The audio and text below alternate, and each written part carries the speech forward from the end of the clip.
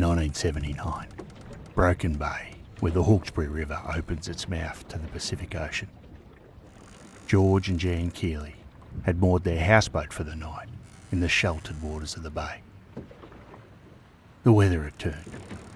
A storm rolled in across the estuary, wind pushing waves against the hull. And then the boat lurched.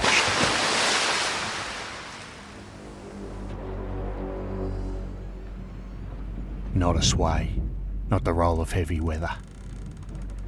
A lift, sudden, powerful, as though something had surfaced directly beneath them and shouldered the vessel upward from the water. The houseboat was physically lifted from the river before splashing back down. They scrambled topside into the storm, trying to make sense of what had just happened. And there, moving out across the bay through the darkness and rain, they saw it. An enormous body, a long neck rising from the water. A serpent-headed beast cutting through the waves toward open ocean. It was there, and then it wasn't. The storm swallowed it. The water closed over the space where it had been. When they later told friends what they'd seen, the response surprised them. Others had stories too. Others had seen something in the Hawkesbury that shouldn't exist.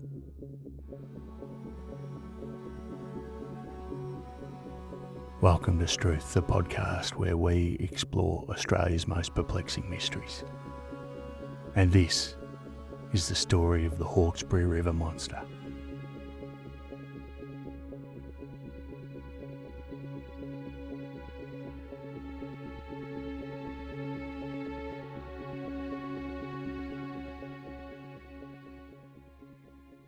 The Hawkesbury stretches 120 kilometres from where the Nepean and Grose rivers meet northwest of Sydney to its mouth at Broken Bay, where it empties into the Tasman Sea. But calling it a river understates what it actually is. Geologically, the lower Hawkesbury is a drowned valley estuary, an ancient river gorge that was flooded by rising seas at the end of the last ice age, roughly 8,000 years ago. Marine surveys have revealed the ghost of the old riverbed plunging 80 metres below current sea level near Broken Bay, with bedrock at the estuary entrance reaching 125 metres down. The surface waters themselves drop to 40 metres deep in places, deep enough to swallow a 10-storey building. The water runs dark brown with tannin, stained by the eucalypt forests that have shed leaves into it for millennia. As a result, visibility is often near zero. On a calm day, standing on the river's edge, you can see perhaps half a metre down before the water becomes an impenetrable murk. It's also important to note that this isn't some remote billabong in the outback. The Hawkesbury is just an hour's drive from the centre of Sydney, Australia's largest city. And yet below Wiseman's Ferry, the river twists through a vast sandstone labyrinth of gorges and forested cliffs, where road access simply ends. Entire sections of the lower river are reachable only by boat. The surrounding bushland is locked in national parks, and over 70% of the catchment remains undisturbed forest. You can stand on certain high banks and see nothing but sandstone and eucalypt stretching to the horizon, unchanged from what it looked like 10,000 years ago. The Hawkesbury's tidal for 140 kilometres upstream. Twice a day, the Pacific Ocean breathes in and out of the river system. Whatever lives in the sea can, in principle, enter the Hawkesbury. Bull sharks certainly do. Juvenile populations have been documented by New South Wales Department of Primary Industry shark scientist Amy Smoothie. Dolphins enter the estuary too. Seals occasionally appear, hauling out on river rocks. The boundary between ocean and river is porous, shifting with every tide. And it's deep enough, dark enough, wild enough, that if something wanted to remain hidden, the Hawkesbury would be the place to do it.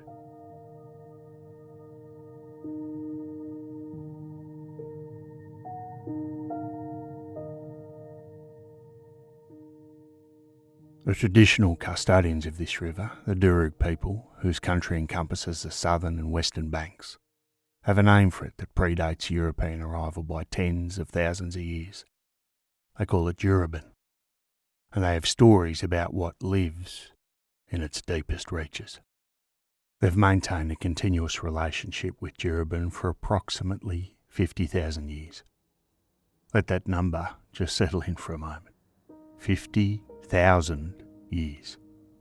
The culture that has lived along this river witnessed the last ice age, watched sea levels rise and fall, saw the valley flood and become the estuary we know today.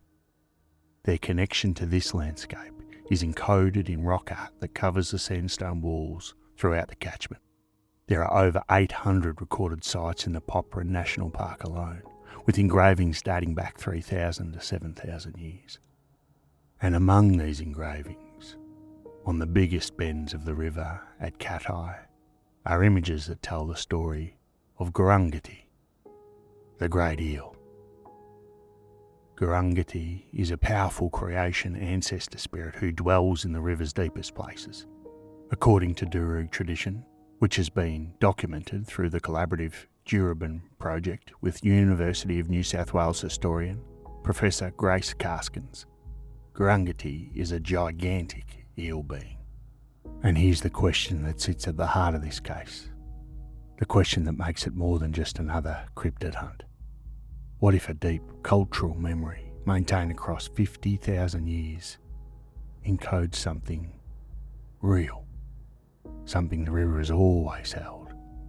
Because in 1912, when European settlers who had never heard of Gurungati started reporting strange sightings in the Hawkesbury, they were seeing something. And those sightings haven't stopped.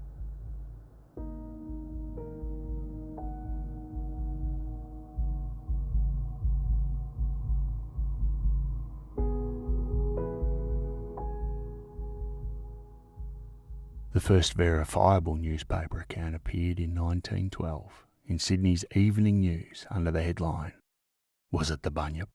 A boating party on South Creek, a Hawkesbury tributary near Windsor, reported seeing a creature approximately 4 feet long, resembling an alligator. 4 feet, not the sea monster of later accounts, something relatively modest, glimpsed in the murky water, but strange enough to make the papers, and small enough to be almost plausible. 12 years later, in September 1924, the Windsor and Richmond Gazette published a letter titled "Seeing Things" from a man named W.J. Riley. He described watching a creature from the terrace at Windsor for 15 minutes in broad daylight. His account is specific, measured, almost technical. "We saw a big ugly thing, 2 foot 6 inches to 3 foot in depth, with a length of about 5 to 6 feet, and of a yellowish or sandy colour.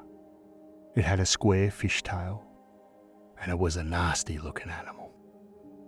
Local commentary dubbed it a Titanic seahorse. Again, nothing enormous, nothing implausible, but definitely something Riley had never seen before." And then the descriptions start to escalate.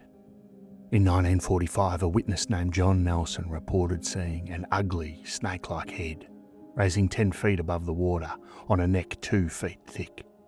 As he watched, humps appeared as the body surfaced behind the head. The creature was dark grey with a pale yellowish-white underside. This wasn't a 5-foot oddity. This was something massive. 4 years later, in 1949, something happened, or was reported to have happened, that would become the most spectacular account in the Hawkesbury monster's history, and the least verifiable. The yarn goes something like this.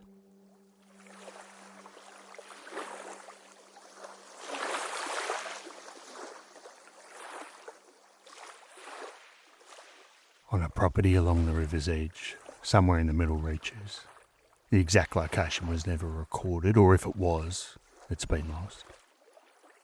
It's late afternoon. The sun's dropping behind the sandstone ridges that wall the valley. A bull had come down to drink, An Aberdeen Angus, probably 1,500 pounds of muscle and bone. A huge big bastard, thirsty after a hot day grazing in the paddocks above the river. The water was calm, tannin dark as always, revealing nothing of what moved beneath the surface. The bull waded in up to its knees and lowered its head to drink. According to the account that circulated through the Hawkesbury communities and eventually made its way into the written record, what happened next happened fast. The water erupted. A head broke the surface, reptilian, massive, mounted on a neck described as 20 feet long and thick as a man's torso. The creature lunged forward with shocking speed, jaws open, and clamped onto the bull's shoulder. The huge bull bellowed, a sound of pure terror and confusion, and tried to wrench backwards, his hooves scrambling for purchase in the mud and river stones. But the creature was stronger, far stronger. Its body surfaced behind the neck, 30 feet of dark, scaled mass moving with serpentine power. It dragged the bull into the deeper water. The animal fought, thrashing, sending a spray that caught the fading light. For a moment, both creatures were visible. The bull's head above water, eyes rolling white with panic. And behind it, the humpback of something that had no business existing in 1949, or in any era humans had lived to witness. And finally, the river swallowed them both. The thrashing stopped. The water stilled. Men who witnessed the event came running from the property buildings. Drawn by the sound of the bull screaming, they found only disturbed mud at the water's edge, and a slick of red spreading slowly across the brown surface of the river before the current pulled it away. So that's the story. And here's what we know of it for certain. Nothing. No witnesses were ever named. No one came forward to say, I was there, I saw it happen. No property owner ever filed a report with local police about livestock loss. No newspaper ran a contemporaneous account. The bull's carcass was never recovered. Not unusual in a river system this large, but convenient for a story that might be more legend than fact. No physical evidence of any kind was documented. The account exists only in the retelling, passed from person to person, growing perhaps in the telling the way fishing stories do, until it became part of the Hawkesbury monster canon. It surfaces in the work of later investigators like Rex Gilroy, cited as an example of the creature's aggressive behaviour, its size, and its predatory nature. It's too dramatic to ignore entirely. A 30-foot creature lunging from the water to drag a bull from the riverbank is the stuff of creature features, of pulp novels of the day, of campfire tales designed to keep children away from the water's edge after dark. But it's also too dramatic to accept without verification. And there is none. What this 1949 account does, whether it happened or not, is mark a turning point in the Hawkesbury monster story. The modest, almost plausible sightings of the 20s and 30s have given way to something else entirely. The creature has grown in the imagination of the Hawkesbury communities. It's no longer a 5-foot oddity with a square fishtail. It's become a monster. And by the late 1970s, witnesses would start describing it in terms that matched a very specific extinct animal. Long neck, paddle-shaped flippers, humped body moving through the water with a serpentine motion. This describes, as much as a paleontologist can describe anything, a plesiosaur. The 1979 sightings are among the most frequently sighted. In May of that year, the same month as the Keeley houseboat incident that we mentioned in the opener, a Sydney resident named Judy Morgan was watching water skiers through binoculars from a 50-foot bank east of the Hawkesbury River Bridge. She reported seeing 2 humps, roughly 3 feet tall, rising from the middle of the river. Below the surface, she could make out 2 pairs of paddle-like flippers. She watched for several minutes before the creature submerged and vanished. The reports continue through the decades. In 2000, at St Albans, a witness described a creature 25 to 30 feet long with a head a metre above the water. In 2009, the creature's most dedicated investigator, a man named Rex Gilroy, a legend in cryptozoology circles in Australia, who we'll come to shortly, claimed his own sighting of a 12-metre shape with a long neck near Wiseman's Ferry. And in 2017, the Hawkesbury monster entered the smartphone era.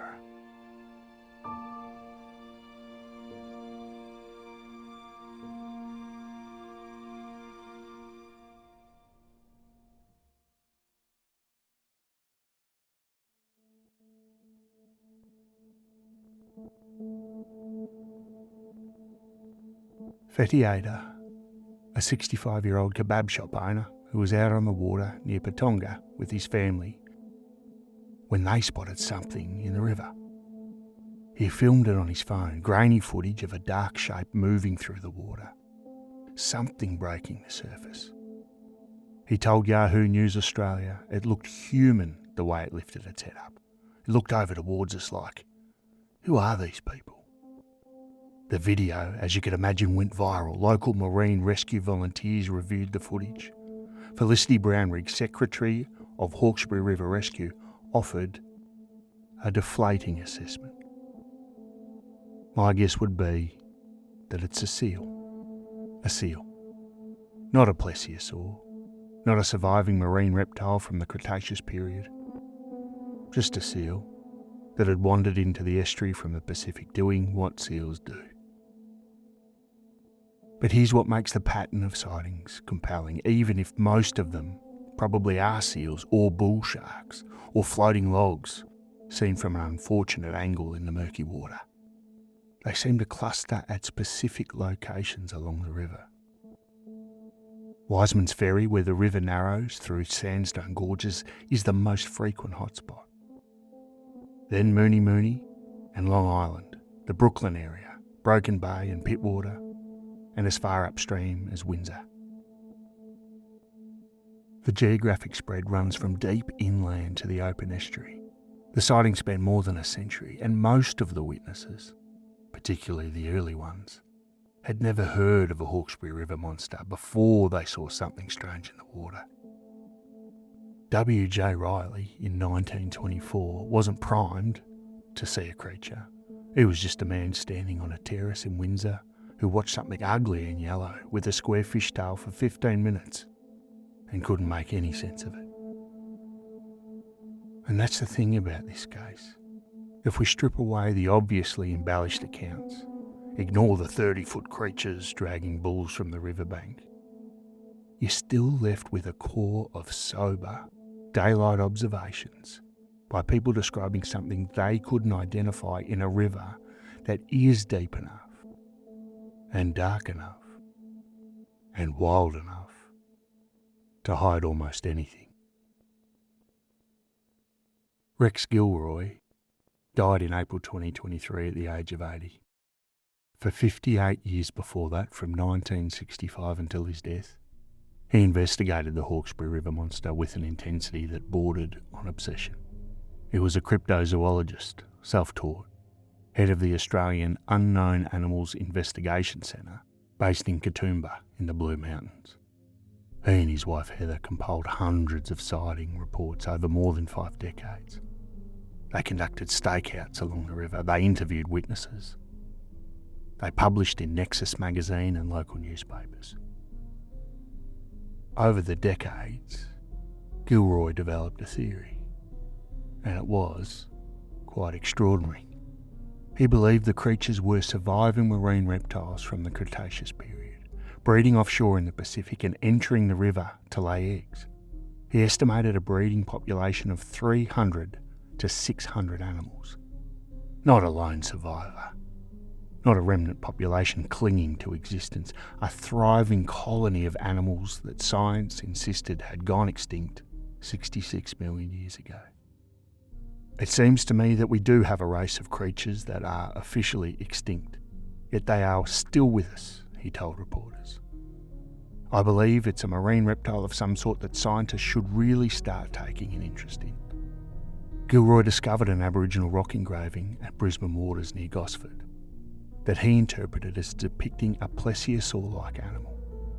In 2009, he claimed his own sighting near Wiseman's Ferry, a 12-metre shape with a long neck moving through the water. He became the public face of the Hawkesbury monster investigation, the man who refused to let the mystery die, and indeed, without him, much of the information I've shared in this podcast episode wouldn't be possible. But the scientific community didn't take him seriously. How could they? His theory required 300 to 600 large marine reptiles to be breeding, feeding, and dying in waters adjacent to one of Australia's major cities, without a single body ever washing ashore, without a single bone ever being found, without any physical evidence whatsoever beyond witness testimony and ambiguous photographs. But Gilroy never wavered. For him, the witness accounts were evidence enough. The pattern was too consistent, too persistent to dismiss.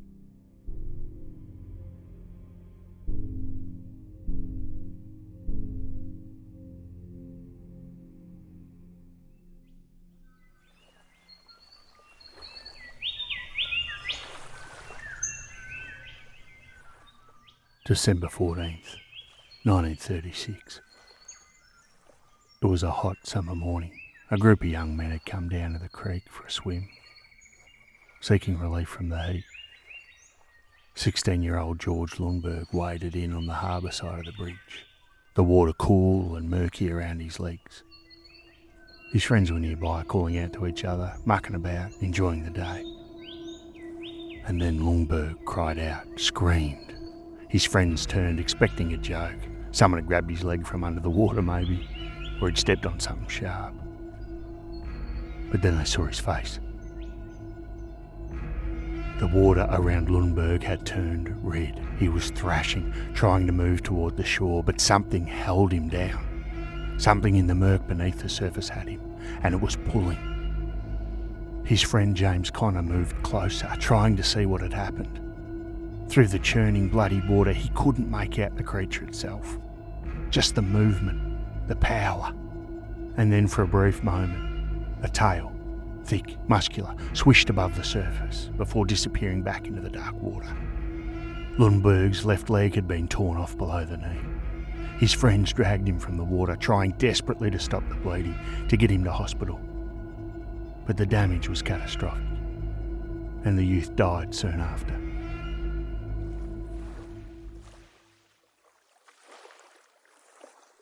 The attack on George Lundberg happened in Throsby Creek, Newcastle, a tidal waterway that connects Newcastle Harbour. It's about 160 kilometres north of Sydney. It's similar to the Hawkesbury in its geography, a river system that breathes with the ocean, tannin dark water, deep enough in sections to hide what moves beneath the surface. But what attacked George Lundberg in Throsby Creek that summer morning in 1936 wasn't a mystery. It wasn't unknown to science. It wasn't a surviving plesiosaur or a creature that shouldn't exist. It was a bull shark. Bull sharks are among the most dangerous predators in Australian waters, not because they're the largest, but because of where they hunt. They can grow to 3.5 metres long, 1,500 pounds of muscle and teeth. They have the highest testosterone levels of any animal on Earth, and unlike most shark species, they can tolerate both salt water and fresh water, which means they enter river systems, estuaries, creeks, anywhere the tide reaches. They're opportunistic, aggressive, and perfectly adapted to murky water. When visibility drops to near zero, as it does in rivers stained brown with tannin, bull sharks don't rely on sight. They use electroreception, sensing the electrical impulses generated by muscle movement. They use hearing, detecting vibrations in the water. A person swimming in dark water, splashing, creating disturbance, or a bull coming down for a drink. That's exactly what a bull shark is designed to detect and investigate. Dr. Nicholas Lubitz of James Cook University has spent years researching bull sharks in Australian rivers. He's found them almost 100 kilometres inland in rainforest creeks and streams. As far as the Hawkesbury, further. As long as there is food, they'll go up there, he's noted. For decades, researchers believed the Hawkesbury was too far south to serve as a bull shark nursery. And then climate change shifted the baseline. Water temperatures rose. And suddenly juvenile bull sharks were establishing populations in river systems where they weren't supposed to be. Indeed, just 3 weeks before this recording, in late January 2026, Sydney experienced some of the heaviest rainfall in over a decade. And within 48 hours there were 4 separate shark attacks along the New South Wales coast. All of them were attributed to bull sharks. Bull sharks are real. They're confirmed in the Hawkesbury. They're savage, fast and powerful enough to drag a 16-year-old from the water. Or perhaps lift a houseboat from the river, or surface in a way that, seen from a distance in poor visibility, could easily be mistaken for something far more mysterious. A bull shark rising from murky water, its dorsal fin breaking the surface, its body moving with serpentine power through the shallows. That could be your plesiosaur. It could be your river monster. Perspective, distance and the human brain's tendency to fill gaps with pattern and expectation can turn the terrifying into the impossible. And that's just one of the species confirmed in the Hawkesbury. Fur seals enter the estuary from the Pacific. They're curious animals, playful. They have a habit of poking their heads above water to investigate boats and people. The 2017 Ada family video, the one that went viral, the one Fetty Ada described as looking human in the way it lifted its head up. Felicity Brownrigg of Hawkesbury River Rescue reviewed that footage and offered the simplest explanation. It was a seal. Another suspect is a long-finned eel. They grow to over 1.5 metres in the Hawkesbury system. Goannas swim too. They're strong swimmers, actually. And they can be startling if you're not expecting to see a 2-metre reptile cutting through the water. Dolphins enter the estuary regularly. Marine turtles occasionally appear. Large catfish inhabit the deeper sections. And at least one saltwater crocodile was caught in the neighbouring Nepean decades ago. A vagrant far outside its normal range, but proof that the unexpected does occasionally turn up. And then there's the river itself, manufacturing ambiguity with every tide. The Hawkesbury's environmental conditions actively conspire to create mystery. The water's dark brown, stained with tannin from eucalypt forests. Visibility drops to near zero in most sections. Tidal surges create unexpected surface disturbances, and boat wakes reflect off sandstone cliffs and come back at odd angles. Floating logs in deep water seen at dusk from a high bank become serpentine shapes. Your brain, designed to recognise patterns and detect threats, fills in the gaps. It turns ambiguity into certainty. And once legend embeds itself in local culture, confirmation bias ensures that every ambiguous sighting gets filed under monster. You see something strange in the water. You've heard the stories. Your brain makes a connection. You've just seen the Hawkesbury River monster. And this is how legends sustain themselves across generations. The sceptical position, as you can see, is adequate. But adequate isn't the same as complete.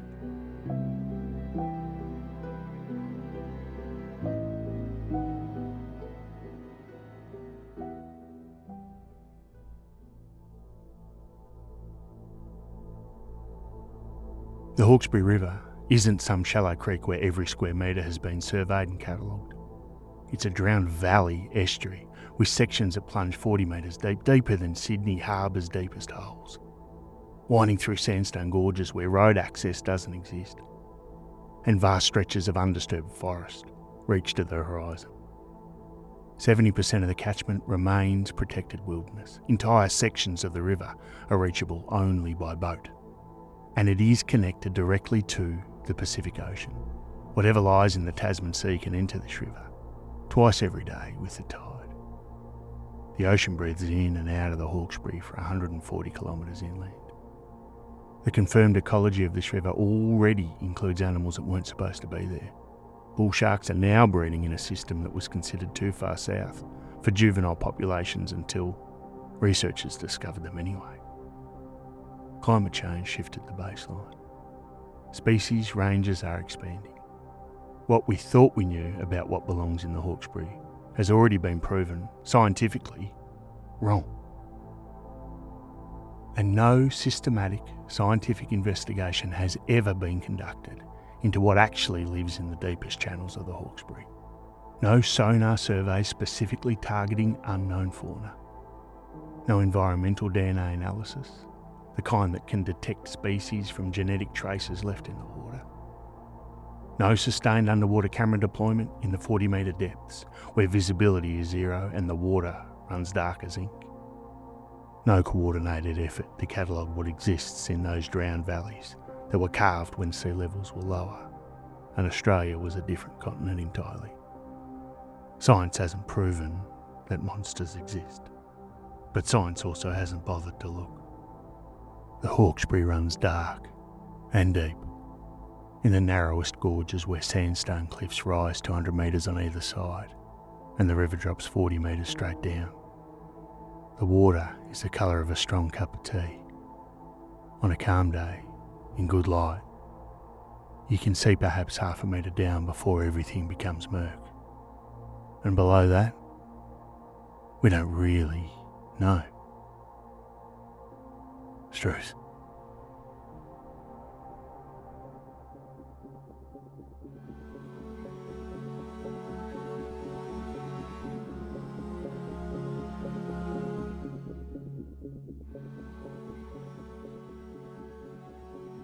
Thanks again for listening to another episode of Struth.